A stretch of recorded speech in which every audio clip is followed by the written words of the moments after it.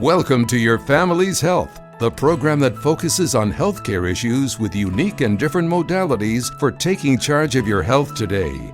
Experts talk weekly with our continuing roster of guests from around the country and right here in Nassau County to keep you up to date on the latest health issues and trends. Take care of your mind, body, and soul. Spend the next half hour with the voice of Nassau Community College, 90.3 WHPC, and get on the journey to better health. Hello and welcome to Your Family's Health. My name is Dr. Jeanine Cook-Garard from the Nursing Department here at Nassau Community College.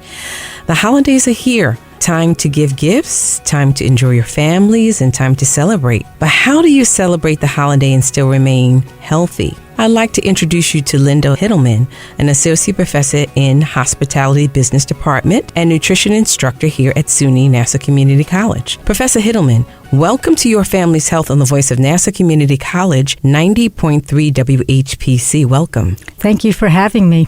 Tell me a little bit about yourself and how you became a professor here at Nassau Community College. I started out as a nutrition major in college, took a nutrition class, found it interesting and fascinating, and before I knew it, I became a nutrition major. My early career, I worked in hospitals as a dietitian, and then I've worked in wellness programs. I've worked for pharmaceutical companies. I've worked in weight management for both children and adults. I've had a private practice, and I've been here at Nassau Community College since 2007, both adjuncting and working as a full-time professor. So now a dietitian does specifically what? Well, let me just explain what it means to be a registered dietitian, Yes. because anybody can really call themselves a nutritionist. Mm-hmm. It's like saying something's healthy. There's no legal definition. But to be a registered dietitian, you need to have an undergraduate degree in nutrition and dietetics, heavy on the sciences because nutrition is a science. You have to do an internship. As of 2024, we need a master's degree. And then you're eligible to sit for a nationwide exam, a registration exam, which at that point, after you pass, you then have to have 75 hours of continuing education credit. And as a dietitian, again, it's one of those fields that is constantly changing, right? Where one day we tell you to eat low fat, then we tell you to eat high fat. How about that? Then we tell you to intermittent fast. Don't eat it all. Don't eat it all, right. So, and again, it's based in science, and it's always changing, which is one of the reasons I find it fascinating. And you being a nurse, you know how important it is, the connection between nutrition and health. Absolutely. And I really, truly, in my heart, believe that it can make a difference. So the holidays are usually a time where we're really bad, and it's hard to really watch what we eat, and all the parties, all the desserts, all the fattening things that we are confronted with. Is it possible to maintain your weight over the holidays? Yeah, I just read, I know, we usually think, oh no, it's Thanksgiving to New Year's Eve, everybody's in a panic, but statistically, what I've just read, especially amongst college-age students, the average weight gain is no more than about 1.5 to 3 pounds. Not bad. So it's not bad. It's doable. I must be outside of this. Yeah. I think you have to go in with a plan. It is the holiday, but I think there are plenty of things we can do. Even, I always tell people, the goal should be just to maintain your weight. It's certainly not a time to attempt to lose weight. And I think that's transculturally. I think that everybody usually indulges themselves around the holidays, no matter the culture, Absolutely. that you always tend to eat more. So what do you think, what could be some tips? Well, I'm going to start with, so being mindful, being present when you're eating, paying attention to what we eat, asking ourselves questions like, am I hungry? Is it time to eat? Am I satisfied? Is this the type of food I should be eating at this point? Is there a better choice?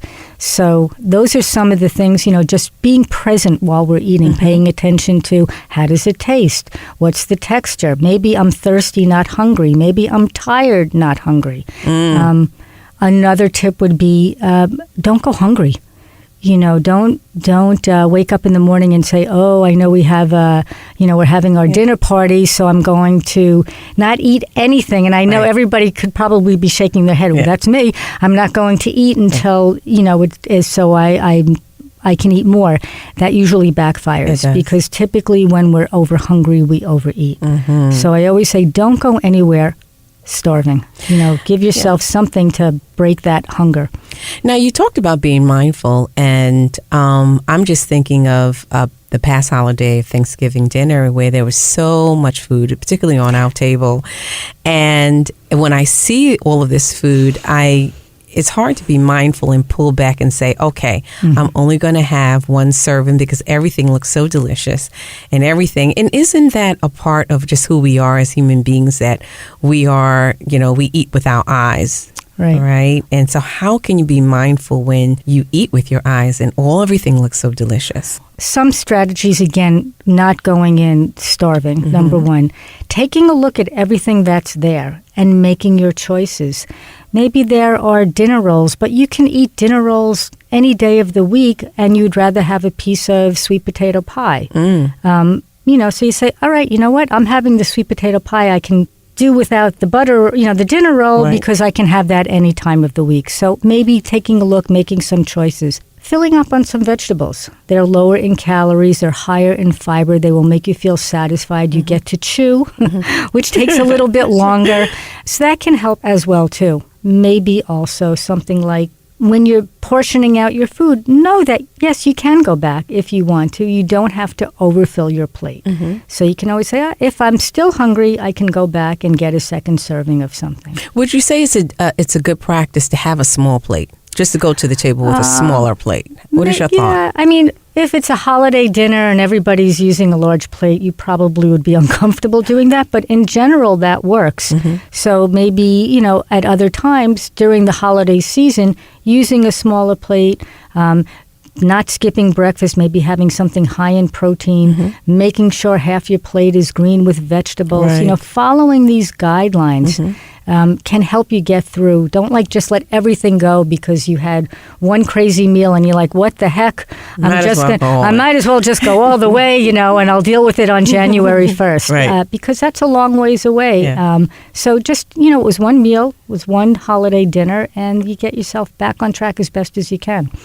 So talk to me about these healthy substitutes. So I'm a lover of eggnog. And in the supermarket, for example, you may have a low cal, low sugar, low whatever, but it never tastes the same.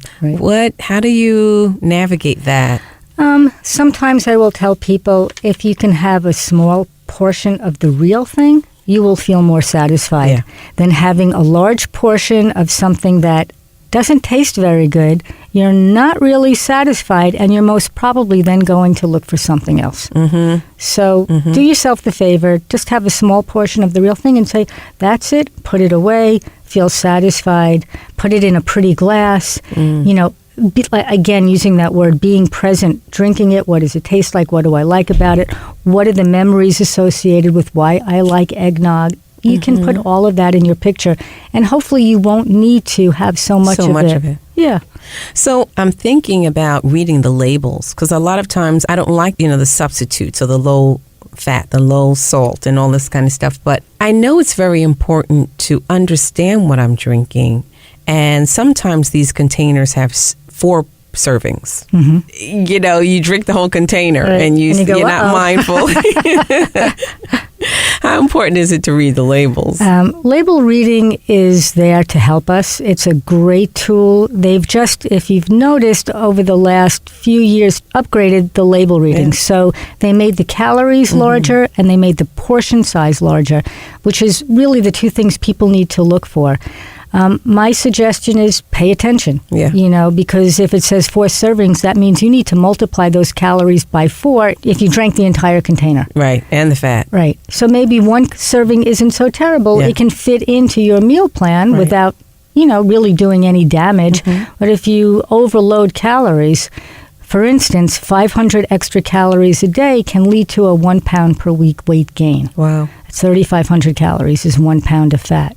So you can see how, if you had every day you're adding an extra couple of 100 calories. Before you know it, it is possible to gain those few pounds. So how many calories should we consume as adults? Well, again, it depends, right? If we're male or female, it depends how active we are, but somewhere around. And if you look at the food label, everything's based on, like the percentages are based on 2,000 calories a day. So some people need less. Some people maybe can only take in 1,500 calories a day, where somebody very active might need 3,500 calories. So how do you know what you should be taking from between the 2,000 and the 1,500? How do you know? Well, you can come see a registered dietitian. There you go. You can come take one of our nutrition classes.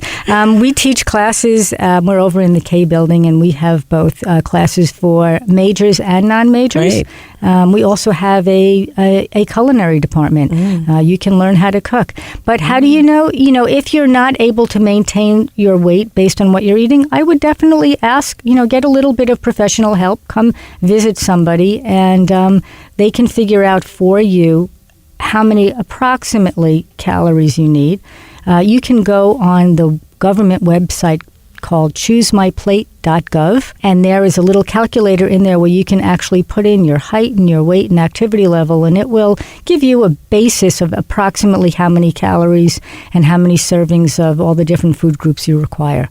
So talk to me about stress eating. And finishing up my PhD, I did a lot of stress eating. I think I've gained, over the time, quite a couple of pounds there. How do you deal and cope with stress eating? Number one, being aware of it. So awareness, right? Being mindful. Not setting yourself up for it. So if you're sitting there and you're studying or you're anxious, you can say to yourself, am I hungry? If you just ate, maybe a half an hour ago, you're probably not hungry. Ask yourself, what am I feeling? I'm feeling anxious. What else can I do when I'm anxious? You know what? I really need to go take that 15-minute walk. Or maybe I need to shut my eyes. Or maybe I can do a 10-minute meditation on an app on my phone. So there are other things maybe you could fill in the blank. Because if you're not feeling hungry, food is not the answer. Right. And sleepy. Because sometimes when you're sleepy, you're reaching for things to eat. Well, we know that's a big problem. People who do work night shifts and people who tend not to get a good night's sleep tend to be overweight. Yeah. That's very true. It's tough. You're listening to Your Family's Health on the voice of Nassau Community College, 90.3 WHPC. My name is Dr. Jeanine Cook-Garard, and today you are learning about nutrition and how to have a healthy eating habit, especially around the holiday season. My guest is Linda Hittleman, an associate professor in the hospitality business department and a nutrition instructor here at SUNY Nassau Community College. Give me some examples of some holiday-related nutritious nibbles that we can just grab. If we want to dial down our calories, we don't want to really put the pounds on. What can we grab that's good? Right. Well, what I would suggest, some snacks, maybe take the time to cut up some fruits and veggies. And if they're on a pretty platter in your refrigerator or in little containers in your fridge, you can just grab and go. That can be one thing to munch on. Make a dip, a low-fat dip or a guacamole or something you could use a yogurt base as opposed to a sour cream base.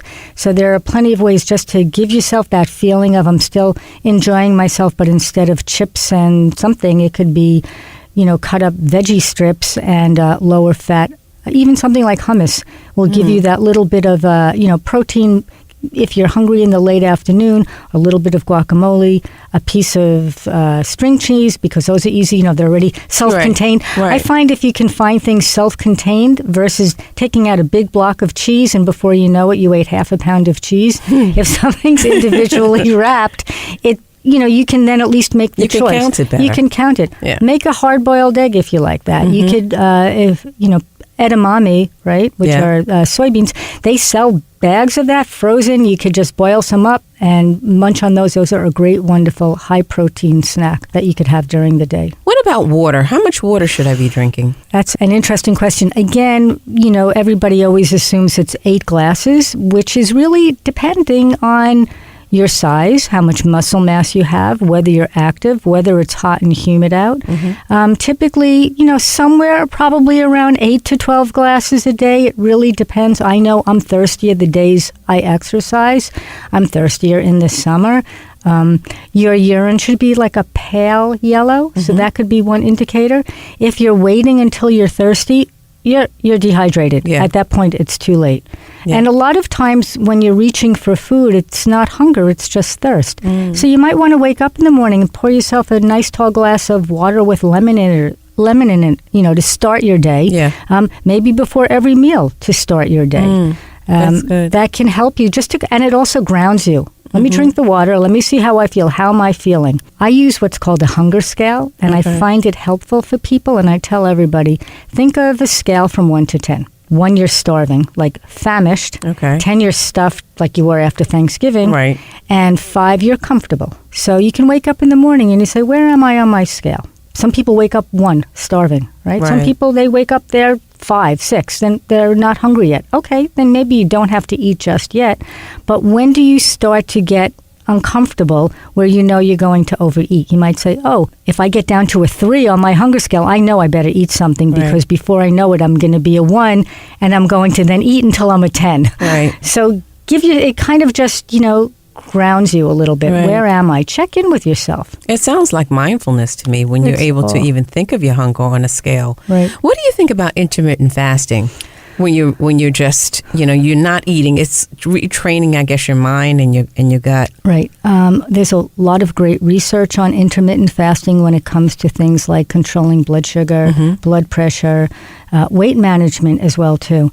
So there's a lot of different ways to conduct intermittent fasting. A very simple way for some people could just be something like giving yourself a window of when you're going to eat. So maybe you might say, I'm going to eat, maybe 10 hours during the day and the other 14 hours, no food. Or you might say 12 hours. So maybe your window is from 8 o'clock in the morning until 8 o'clock at night. Is that healthy? It's fine. Yeah. For most people, in the beginning we were like, But what we're finding out is that it gives your body time to reset itself. So if you're eating all the time, for instance, our pancreas is an organ that secretes insulin when our blood sugars are too elevated. If you're eating all the time, your pancreas is constantly working. So we find that it gives people a chance to reset. Now, in the time that you're eating, you have to eat healthfully. It's not like you can eat, okay, my 8-hour window, I'm going to eat, go, like gobble, gobble. You can't do that. Right. But it gives you some kind of, again, being mindful about it. And for some people, they say, nighttime's the worst for me. I eat. So if you have to stop eating at 8 o'clock or 6:30 or 7 o'clock, something like that, then, you might say, all right, first day is kind of hard to do it. But before you know it, it gets easier and easier. Yeah. You know when you eat, you know when you don't eat. Right. And so is it better to eat or is it bad to eat close to bedtime? I know I'm going to have my meal. I don't know, I'm hungry.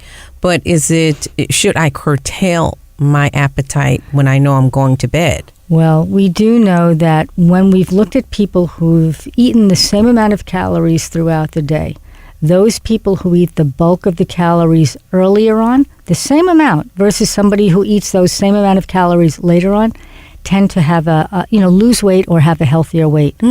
So because our body, it slows down at night. Your metabolism, which is how many calories your body is burning, slows down when you're sleeping. Yeah. So, listen, I don't want to go to bed hungry, but and I know it's hard for some people. They get home, it's late, they're starving. Right. So have something smaller. Maybe you could eat something before you're leaving work or school, grab a snack. So you can then just, when you go home, have the second portion of your meal so you're not overeating and then laying down, going to bed where your body really doesn't need all those calories. That's right. What about the keto diet? Used to be called the Atkins diet. Remember? I'm dating myself. Yeah. Well, the keto diet actually started out as a diet to help children with epilepsy. And then they found out that it was also working for weight control. Honestly, it's high in fat. Yeah. It's high in protein. It's very low in plant-based foods. Yeah. So personally, I don't think it's something that's sustainable. Okay. If some people need it to kickstart, you can do it in a healthy manner. You know, I wouldn't sit down and say, I'm going to eat a plate of sausage for breakfast. Right. I just don't see how that can be a healthy, again, when we know all the things about saturated fat and heart disease, how I could possibly recommend somebody to do that. But if you feel more satisfied eating a higher protein breakfast than a bowl of cereal, then have, an egg and whole grain toast or avocado toast or something like that. So at least make it a healthier version. Yeah. It's true. And the vegan diet, I mean, there's so many diets out there, but vegan, vegetarian, the difference in the two, and is that healthier? So the difference between vegetarianism or veganism eschews all animal products. Right. No dairy, no eggs, no milk, nothing, okay? And vegetarians, it depends. Some will incorporate dairy, some will incorporate eggs. We have pescatarians incorporating fish, right? So, I mean, I've had people tell me I'm a vegetarian, but I eat chicken, fish, and meat. I'm like, okay. Right. I think those diets can be challenging for some people. If you're vegan, again, you would need to take certain supplements like vitamin B12, which is only found in animal products. Can you do it and do it successfully? Absolutely, but it does take planning. If you just take the meat out of your diet, but you're not including things like beans and lentils and tofu, then you're going to wind up most probably eating calories that might not be as beneficial lacking to you. Those B vitamins. Yeah, so I would tell anybody who is really planning to do that, again, plug, go see a registered dietitian who can help you. You're listening to Your Family's Health on the Voice of Nassau Community College, 90.3 WHPC. My name is Dr. Jeanine Cook-Garard, and today you're learning about nutrition and how to have a healthy eating habit, especially around the holiday season. My guest today is Linda Hittleman, an associate professor in the hospitality business department and a nutritional instructor here at SUNY Nassau Community College. What's the deal with alternative milks, like the coconut milk, the rice milk, the almond milk, soy milk, cow milk? I know there's so many out there soy now. Milk. Well, I can say, there are the benefits of dairy milk is that it's a good source of calcium and phosphorus and vitamin D and vitamin A and protein and potassium. Yes. But there are a lot of people for a variety of reasons who avoid dairy, and we know the choices out there are numerous. My suggestion is to, again, we talked about reading food labels. It's really key here. Sometimes they add a lot of chemicals to some of them. I would suggest if you're looking for one, the one that's closest to dairy milk that has the same amount of protein as dairy milk is soy milk. I know a lot of people love oat milk, but look for one that, again, sometimes these are higher in carbohydrate and lower in protein. So if somebody has problems with diabetes or blood glucose, it might not be the best choice. So they would need to read the food labels and see which one is the most comparable. It should be fortified with calcium and vitamin D as well to make sure at least you're getting those nutrients that you would get, especially if it's a child or a youngster. People's bones develop and get stronger up until they're in like their early 30s. So it's really something that, a nutrient that you don't want to miss. So I know I'm in a supermarket and, you have those organic products, the milk and the chicken even. Organic, and it's so much more. Is it worth the price? So organic, it's interesting. We just covered this in class today. There's a lot of rules and regulations. It's, again, to be certified organic, something has to be at least 95% organic, and it's certified by the USDA and the FDA. What does that mean, organic? It means that there are no pesticides, no hormones, no antibiotics, no, believe it or not, sewer sludge, no irradiation, which they use sometimes when it comes to getting rid of bacteria, no GMOs, which are genetically modified organisms. So there are definite. So it's worth it. Well, it depends. It depends what people think about it. It also, we know, like with GMOs, a lot of times it makes the plants resistant to pesticides. So non-organic foods could be highly, have a lot of pesticides sprayed on them. Right. But if it's an organic food, so, we have to look environmentally. It's better for the bees. It is. It's better for the environment. What I do is things that we eat a lot of in my home. You grow them. Tell me. I grow them and I buy organic, right? Like if your family's a big chicken eater, I buy organic chicken. Yeah. I buy organic eggs. Yeah. I buy organic peanut butter. I do too. The things that we eat on a regular basis. The other stuff, I'm like, Yeah. So who's the watchdog? Can I be certain that because it's marked organic that it's really? Well, if you see, it's a little green label, and like I said, it's the USDA and the FDA, and the USDA is United States Department of Agriculture, and the FDA stands for Food and Drug Administration. The farmer or the processor actually pays them to come and certify their farm. And it can be a very long process. It can take up to 7 years because they have to check the soil.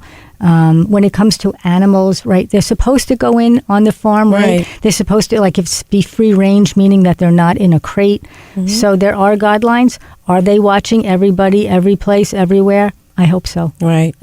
Yes. You can always, if you're buying a particular chicken brand, you can research that brand and look and see, what are they doing on this farm for me to pay, twice as much for the same product. Yeah. So how do we get in touch with you if you wanted, because you're a plethora of knowledge. I mean, I really want us to just sit in your classroom and really find out. Well, again, I do teach in the K building. Okay. Can I give my email? Sure. Again, my Please. name, Linda.Hittleman, Hittleman, at ncc.edu. Anybody's interested in taking a course or finding out more about nutrition or a culinary department, I'm more than happy to answer and be there. So I got to ask this question. What is the one thing you want to leave us with if you had to encapsulate all of this? What can you leave us with? Remember, nutrition is... Especially around the holiday. Yeah, well, I mean, again, it's tradition. It's family. It's friends. Please don't be too hard on yourself. This is not the time to diet or berate yourself. It's about traditions and being part of the experience and community. Go easy on yourself. Enjoy yourself. Make smart choices. If it wasn't so smart, you have another choice coming right around the corner. Yes, but be mindful. Be present. Be mindful, and take care of yourself. Yes. Well, thank you for being here, Linda Hittleman, assistant professor in the hospitality business department and a nutrition instructor here at SUNY Nassau Community College. We hope you stay safe, continue to stay healthy, and continue to do the great work that you're doing. Thank you. This is Dr. Jeanine Cook-Garard from the nursing department here at Nassau Community College, and we want to thank you for listening to this week's edition of Your Family's Health. We'd like to get your feedback on your family's health. Send your comments by emailing them to whpc@ncc.edu. Podcasts of today's show are available on iTunes, Android Podcasts, and Spreaker. This program was produced at the studios of Nassau Community College in cooperation with the nursing department. Join us next week for another edition of Your Family's Health on the voice of Nassau Community College, 90.3 WHPC.